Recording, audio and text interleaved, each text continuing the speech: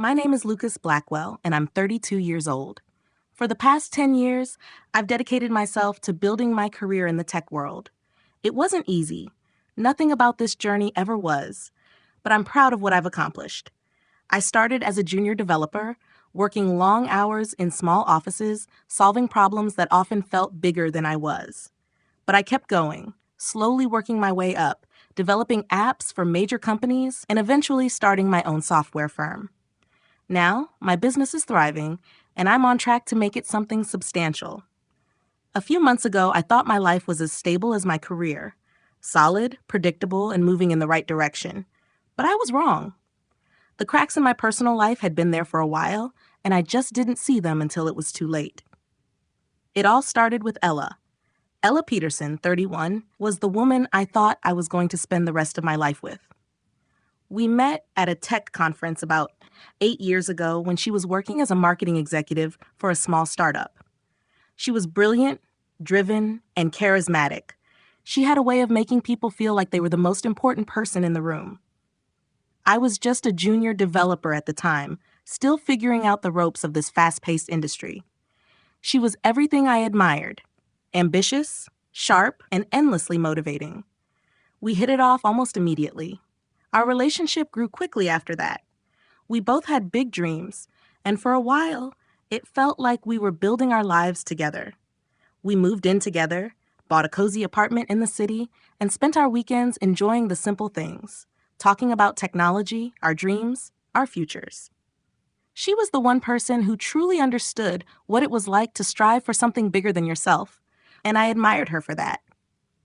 As Ella's career took off, so did the distance between us. She got a promotion to VP of marketing at her company, and her hours started stretching longer. Her business trips became more frequent, and slowly, I realized we were spending less and less time together. I tried everything I could think of, suggesting weekend getaways, proposing couples therapy, even just trying to carve out time for us to reconnect. But every time I brought it up, Ella was too busy. Too busy with work, too busy with her career. And I wasn't even sure if I was still a priority to her. I thought maybe I just wasn't seeing it clearly. Maybe I was overreacting. After all, I had my own business to focus on, too. My company was growing faster than I ever imagined. Landing a major client was a game changer for me. Within a year, I had expanded my team, and the financial rewards began to roll in. My income grew to a level Ella hadn't anticipated. But even as things were changing for me, she still treated me like I was the same guy who had been struggling to make ends meet. I wasn't sure when I stopped feeling seen by her, but I knew it was happening. The woman I once knew, the woman who'd been my partner in every sense, seemed to have disappeared behind the walls of her office and her corporate climb. And that's when I knew something wasn't right. By the time I admitted something was off, it had already become routine. Ella would come home after 9, sometimes after 10, heels in one hand, phone in the other, still half in whatever meeting she'd left. She'd kiss my cheek like a checkbox, ask how my day was, while her eyes stayed on the screen, then drift into the shower with that "I'm exhausted" tone that ended every conversation before it could start. I told myself it was normal. Tech moves fast. Marketing moves faster. People who want the top don't sleep much. I'd chosen this life too, in my own way. I had my team, my deadlines, my clients. I wasn't some neglected spouse waiting by the window. But there's a difference between being busy and being absent, and Ella was becoming a ghost in her own home. The little things started piling up, small enough that you could ignore them if you wanted to keep believing. A new perfume that didn't match anything I'd ever bought her. A laugh in the hallway when she thought she'd muted a call. A sudden habit of keeping her phone face down, like the glass might betray her. And the phrases, those simple, careless phrases, began to repeat. "It's confidential. It's complicated. You wouldn't understand this part." That last one was the one that stuck. Not because I didn't understand, because she didn't even think I deserved the explanation anymore. I tried to fight for us in the soft way first. I suggested breakfast dates, just an hour on a Saturday morning. I booked a weekend in Napa and told her I'd handle everything. No planning, no pressure, just air and quiet and us. She said she'd try. Then Friday came, and she got pulled into something. The reservation became a credit on my card, and the wine country became my laptop on the kitchen table. She apologized, but the apology sounded practiced, like she'd said it to enough people it no longer meant anything. A week later, I brought up therapy, and she stared at me like I'd suggested we buy a goat and raise it in the living room. "Lucas," she said, carefully, "we're fine. We're just busy." Busy.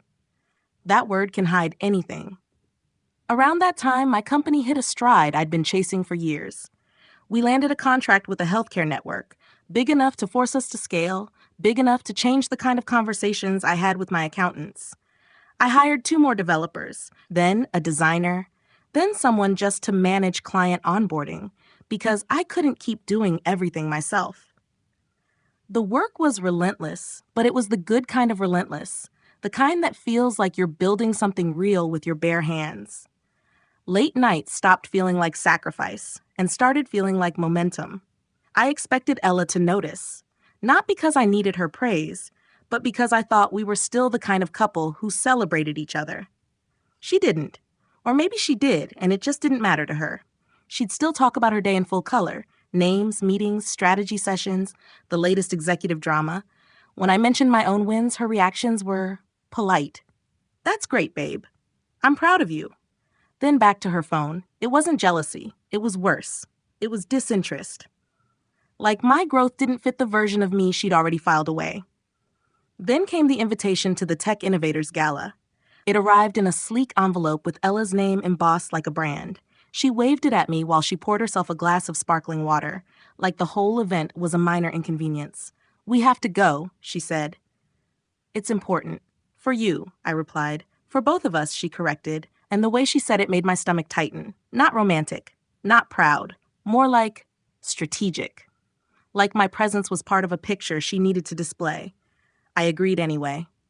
Because part of me still wanted to believe we could stand in a room full of lights and music and important people and somehow find our way back to each other. Because I hadn't admitted it yet, not out loud, but I was starting to feel like a supporting character in my own marriage. And something told me that night wasn't going to fix anything. Something told me it was going to reveal it.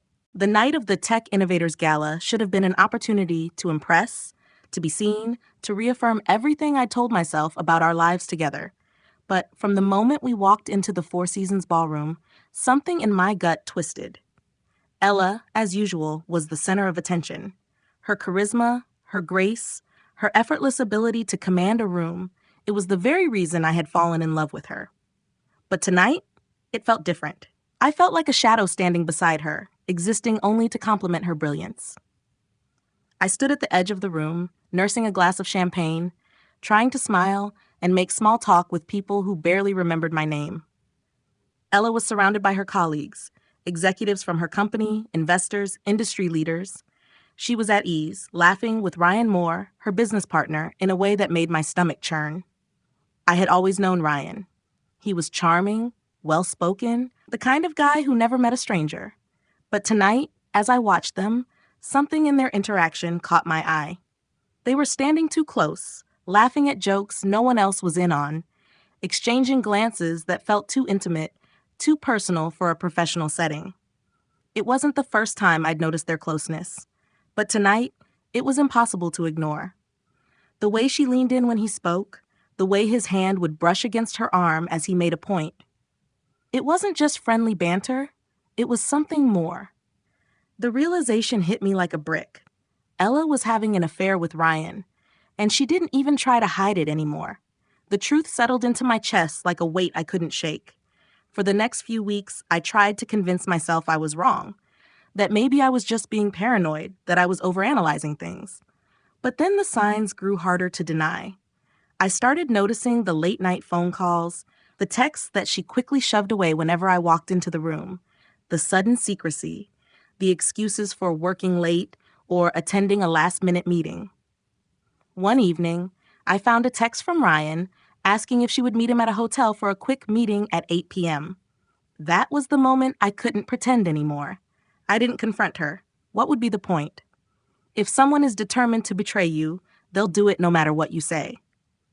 So I did what I thought was best. I kept my mouth shut. let the storm rage inside of me, and waited. But I knew the truth now. I knew my wife, the woman I had built my life with, had been seeing someone else, and she was lying to my face every time she came home, pretending everything was fine. Then, 2 weeks later, the divorce papers arrived. I was sitting at the kitchen table, working through some client projections, when the courier knocked on the door. I opened the envelope and found the document staring back at me, cold and detached. Ella was filing for divorce, and the reasons she gave were as far from the truth as possible. She claimed that I had contributed nothing to the marriage, that I had been living off her success, that I was nothing but a gold digger. She was asking for the apartment, the investments, everything we had built together. And she was offering me $50,000 to walk away quietly. I read through the papers in silence. My heart pounded in my chest, but I didn't react. I wasn't angry. I wasn't even sad. I was numb. But one thing was clear. Ella had no idea who I was anymore. She thought I was still the same man who had been a junior developer years ago, still struggling to keep up, still riding on her coattails. What she didn't know was that I had built something of my own, something real, something she had never bothered to understand. She had no idea that I had already started planning for this moment. I didn't react immediately to the divorce papers. I couldn't. The sting of betrayal was still raw, but I was determined not to let Ella see how much it hurt. Instead, I turned inward. I had been playing the part of the supportive husband for far too long, swallowing my doubts and pretending everything was fine when it was anything but. But now, the reality of what had been happening in the shadows of our marriage hit me like a freight train. And I knew, for the first time, that I had to take control of my life, of my future. 6 months before Ella filed for divorce, I'd already begun to sense the inevitable. I had noticed the signs, the distance, the lies, the secrecy. But more than that, I had started to understand that our marriage had become a performance, a facade I was no longer willing to maintain. That's when I made the decision to hire Mark Dawson, a private investigator with a reputation for getting the truth, no matter how buried it was. I didn't tell Ella. I didn't want her to know I had caught on. It wasn't about revenge, not yet anyway. It was about making sure I wasn't blindsided when the time came. I gave Mark a retainer and a simple task: follow Ella. Watch her. Document everything. I wanted to know the full extent of her affair with Ryan. I wanted to know what kind of lies she had been telling me for months, the lies that made me feel like I was living in someone else's life. For 3 months, Mark worked tirelessly. He tracked Ella's movements, documented hotel stays, took photos of her and Ryan meeting in places I didn't know existed. He gathered text messages, credit card receipts, even a recorded conversation between the two of them discussing their plans for the future. Their plans for me? More like it. They had calculated the divorce, strategized how they'd make it look like I had been the gold digger all along, hoping to leave me with nothing but the scraps. When the day came that Ella finally served me the papers, I was ready. I wasn't going to let her paint me as the villain. I had a full dossier of evidence, proof that I had not only been betrayed by my wife, but had been systematically set up to fail. I wasn't going to just roll over and accept her terms, no matter how smug she thought she was. I had a story to tell, too, one that would expose everything she had done. I called my lawyer, Claire Jensen, the best in the business. She had been recommended to me by a few of my clients, and I trusted her completely. We went over the details of the case, reviewed the evidence Mark had collected, and prepared for the fight ahead. The moment I walked into that courtroom, I knew I had the upper hand. The truth was on my side, and that's all that mattered. The day of the hearing, the tension in the air was palpable. Ella was sitting across from me, her cold eyes locked on mine, trying to pretend like she was in control. She wasn't. Not anymore.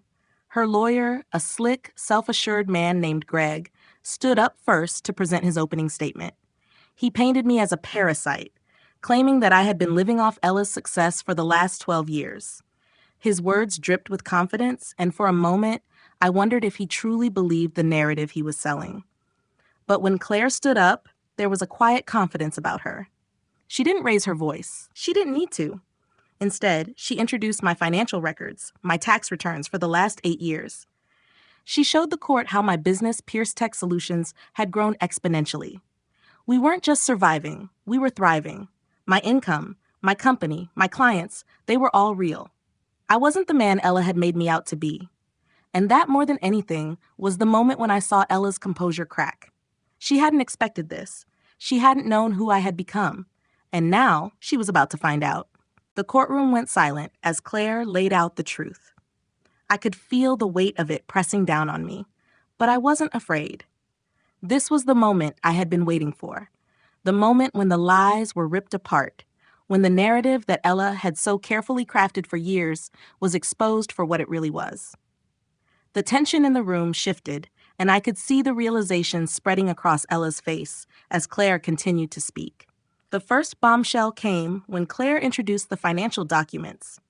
My business, Pierce Tech Solutions, was far more successful than Ella had ever known. I wasn't just some guy living off her success. I had been building my own empire in silence. My company had grown to handle multi-million-dollar contracts, and my income had surpassed her expectations by far. I could feel the eyes in the courtroom shift from Ella to me, the whispers starting to ripple through the gallery. Ella's face went pale, her confident facade crumbling as the truth unfolded before her. She never once asked about what I was doing, what I was building, and now it was clear why, because it didn't fit the version of me she had created in her head. But it didn't stop there. Claire wasn't done. She pulled out the evidence Mark had gathered. Photos of Ella and Ryan entering a hotel, credit card receipts showing payments for expensive dinners and hotel stays, text messages between them discussing their plans. I didn't know how much of it had been planned, but I could see that they had both been strategizing how to take everything from me while painting me as a villain. One of the most damning pieces of evidence was the recorded conversation between them, where they discussed how to undermine my financial contributions to the marriage. They had intended to make it seem like I was the one who had been taking advantage of Ella's wealth, when in reality, I had been quietly building my own life in the background. The room was buzzing now, and I could feel the heat of all those eyes on me. I had known that this moment would come, but I hadn't expected the relief that followed. I had always lived in the shadow of my own silence, but now it felt like the truth was finally speaking for me. Ella's lawyer, Greg, was fumbling with his papers, trying to salvage whatever he could, but it was clear he was losing. His argument had no ground to stand on anymore, and I knew it was only a matter of time before he would have to sit down and admit defeat. I looked over at Ella, who was now visibly shaken. Her composure was completely gone. I had never seen her like this. The confident, ambitious woman I had once admired seemed to shrink in front of me, as if all the power she had held was draining away with each passing minute. She had always been so sure of herself, so certain that she was in control, but now she was the one who was exposed, and there was nothing she could do to fix it. When the judge, Judge Harrison, spoke, his voice was calm but firm. "It seems, Mrs. Peterson, that the facts do not align with the story your counsel has painted," he said, his gaze shifting from the documents to Ella. "And I must say, I find it troubling that these facts were never disclosed to the court during your filings." He turned to me then, acknowledging my presence with a quiet nod. "Mr. Blackwell, it appears you have been quite transparent in your dealings." The words hit me harder than I expected, not because they were surprising, but because I finally realized how far I had come. I had been underestimated for so long, dismissed as the man behind Ella's success, but now the truth was on my side, and I wasn't afraid to stand tall anymore. As the session came to a close, I felt a strange sense of peace wash over me.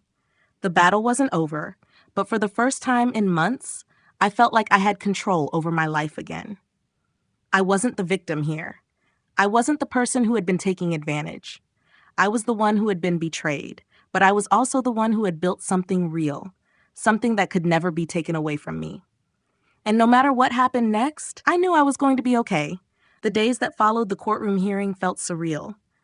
The gravity of what had just happened started to sink in, and though I had come out on top, it didn't feel like a win. It felt like an ending, and endings, no matter how necessary, always come with a certain heaviness. Ella had tried to reach out immediately after the hearing, but I had ignored every call, every text. There was nothing left to say to her. The woman I had loved, the woman I had built a life with, was gone. And she had been gone long before the affair came to light. What hurt the most, I realized, wasn't just her betrayal. It was the fact that she had never truly known me. The next few weeks were a blur. The media, of course, had caught wind of the case, and for the first time in my life, I was thrust into the spotlight. The headlines weren't exactly flattering. They painted me as the silent achiever who had been hiding his success from his wife all along.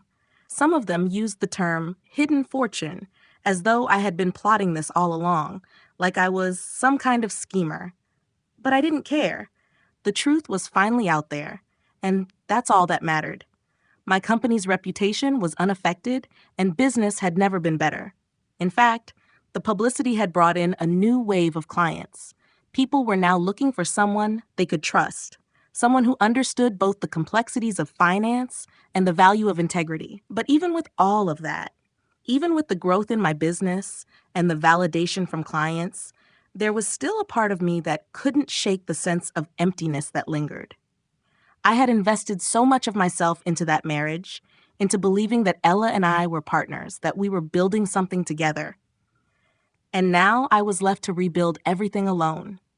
I started focusing even more on my company, pouring my energy into growing it, into building something that could stand on its own without relying on anyone else. My team expanded, and we started taking on larger, more complex projects. We even started looking into expanding internationally, something I'd always dreamed of, but never had the time or resources to pursue. I spent hours on the phone with new clients, developing strategies, and making sure every detail was perfect. But the busier I got, the more I realized that work couldn't fill the hole that Ella had left behind. It wasn't until I met Jenna that I started to feel like I could breathe again. Jenna was an entrepreneur in her own right, running a small marketing firm that specialized in helping tech startups grow. We met through a mutual contact, and after a few conversations about business, we decided to grab a coffee. The first time we sat down together, I found myself laughing at her jokes and feeling like I could finally have a real conversation with someone again. She wasn't interested in talking about my past. She was more interested in who I was now, in what I was building. And that felt like a breath of fresh air. We began spending more time together. It started casually, just grabbing lunch, talking about our businesses, comparing notes on the challenges of being entrepreneurs. But soon, I realized that Jenna made me feel seen again. She understood the hustle, the late nights, the sacrifices, but she also made me feel like more than just my work. She saw the person behind the achievements, and that was something I hadn't felt in a long time. As the weeks went by, I realized that I was starting to heal. It wasn't because I had figured everything out. It wasn't because I had completely moved on from Ella. But it was because, for the first time in a long time, I was looking forward to something again. I was looking forward to the future, to the possibility of building something new with someone who appreciated me for who I was, not who I was supposed to be. Ella tried to reach out again, a month after the divorce was finalized. I listened to her voicemail, but it didn't feel like the same desperation I had heard before. This time, it felt like guilt, like she was trying to rewrite history. She said she made a mistake, that she didn't appreciate me when she had the chance. But I wasn't interested in rewriting anything. I had learned that lesson the hard way, that sometimes the best thing you can do is let go of the past and let yourself move forward. So I deleted the voicemail, and for the first time, I didn't look back. The months after the divorce were a strange mixture of clarity and chaos. In some ways, life felt simpler.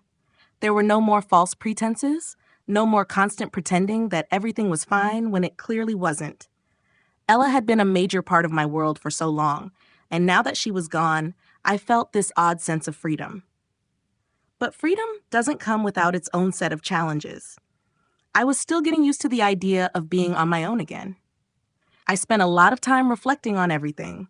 The good, the bad, the moments that seemed small at the time, but had changed the trajectory of my life. I spent hours working on my company, of course. That was always a constant, something that gave me purpose. Pierce Tech Solutions had grown faster than I ever thought possible, and the media coverage from the divorce had actually helped. Clients who valued integrity in business were now seeking us out, and we were expanding our reach across the country. My team was thriving, and we were taking on bigger projects than ever before. The satisfaction of seeing my vision come to life in the form of successful projects and happy clients kept me going. But something was missing. Despite all the success, despite the endless flow of emails, calls, and meetings, I felt this quiet loneliness creeping in at night. I realized that I'd been so consumed with proving myself, with building my career and keeping my head down, that I had lost sight of what truly mattered: connection. I hadn't let myself truly connect with anyone, not since Ella. Then Jenna entered my life. Jenna and I met through work. She was a marketing consultant helping one of my clients, and we started talking about the challenges we both faced running our own businesses. At first, it was just casual conversation about business strategies, marketing trends, and what we thought was going to be the next big thing in the tech world. But as we spent more time together, I began to realize there was something more to our connection. Jenna was smart, funny, and incredibly grounded. She wasn't intimidated by my success, nor did she seem interested in anything superficial. It was the first time in a long time that I felt like I was truly being seen, not for what I had built, not for the success I had achieved, but for who I really was.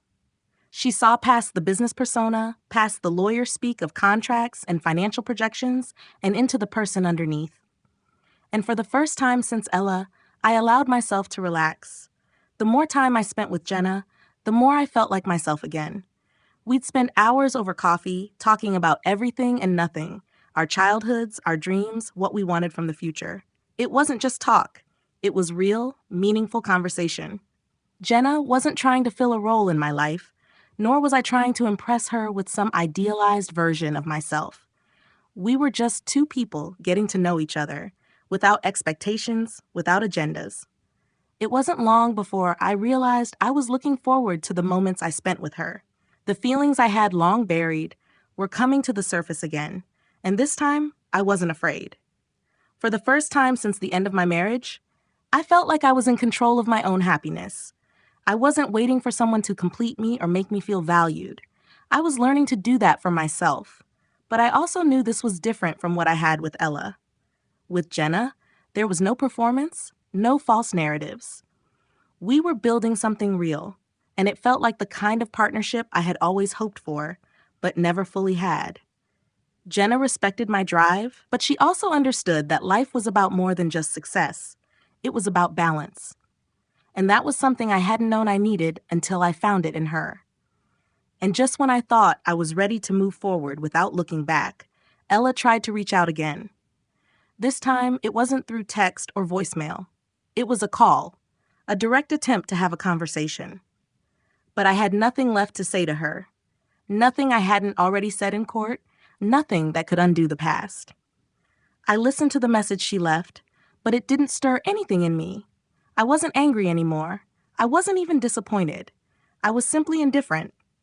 I realized then that I had truly moved on. I had let go of the past. Not because it was easy, but because I had finally come to terms with the fact that I couldn't change what had happened. I couldn't change the woman she had become. But I could change who I was and who I wanted to be going forward. So I deleted the message and put my phone down. My life, I realized, was finally mine to live again. The months that followed felt like a new chapter I wasn't sure I was ready for, but one that I had to embrace nonetheless. I had never been one to rush into anything, whether it was work, relationships, or life decisions in general. But everything was moving faster than I anticipated, and yet somehow I felt grounded. Jenna and I had grown closer, and though I tried not to overthink it, there was something about her that made me feel seen in ways I hadn't felt in years. There was no pretending, no need to justify myself, and certainly no masks to wear. It was like I could just breathe. But while things with Jenna were progressing in a way that made me feel like I could finally have a real partnership, there was still the lingering shadow of everything that had come before. Ella. The fallout from the divorce wasn't something you just walk away from. It stays with you in ways you don't expect. There were still moments, usually late at night, when my mind would drift to the past. The good times with Ella, the hope I once had that we'd always be a team, the way she made me feel like the world was ours to conquer. But those memories were always followed by the cold realization of who she had become, the woman who had lied, who had betrayed me, and who had never really known me at all. It was in those moments of quiet reflection that I realized the divorce wasn't just an end. It was also a beginning I wasn't sure I would have gotten to if it weren't for everything that had happened. If I had stayed in that marriage, I would have never found the clarity I now had. I would have never allowed myself to see my worth beyond the version of myself I thought I was supposed to be for someone else. Ella's betrayal had forced me to take a hard look at my life and realize that I had been living in the shadows, even while standing in the spotlight of my own success. Work had been a huge part of that process. Pierce Tech Solutions had grown even more, as if fueled by the clarity I had found in the wake of my personal life's upheaval. We took on bigger projects, landed new partnerships, and started moving into new markets. The media buzz around my name was still there, but this time, I didn't care. What mattered was the work. What mattered was that I was doing something that made a difference, and I was finally doing it for me. Jenna was there through it all. Not as a savior, not as someone to fix me, but as a partner. Someone who understood the grind, but also understood the value of taking a step back and just enjoying life. We went on small weekend trips, sat in silence together on long drives, and had late-night conversations that weren't about business, but about who we were, where we came from, and where we were going. It wasn't the type of relationship I had once dreamed of, the one that looked perfect on paper. It was better. It was real. And then, one evening, after dinner at my apartment, she asked me something I hadn't expected. "Do you ever regret it?" Jenna asked, her voice quiet as if testing the waters. Not what happened with Ella, but the decision to let go of everything, to start over. I paused, turning the question over in my mind. I hadn't really allowed myself to think about it that way before. Regret wasn't a word I used often, but in that moment, I realized that I didn't regret anything. "No," I said softly, meeting her eyes. "I don't regret it. I had to make that choice to finally take control of my own life. The past, it's part of who I am, but it doesn't define me anymore." Jenna smiled, and for a brief moment, everything felt perfectly in place. Not because it was flawless, but because it was mine. I was finally living the life I had fought for. A life built on my own terms. A life where the only thing that mattered was the truth I was ready to face and the future I was finally excited to live. And for the first time in a long time, I didn't feel like I was waiting for the other shoe to drop. I was exactly where I was meant to be. In life, it's crucial to know your worth and never settle for being someone else's version of who you should be. Trust your own journey, even when it feels uncertain. Don't let betrayal define you, but let it drive you to become stronger, wiser, and more true to yourself. Take ownership of your future, and remember that success isn't just about what you achieve, it's about how authentic you remain while achieving it. Surround yourself with people who see you for who you are, not what they want you to be, and never stop believing in your ability to rebuild.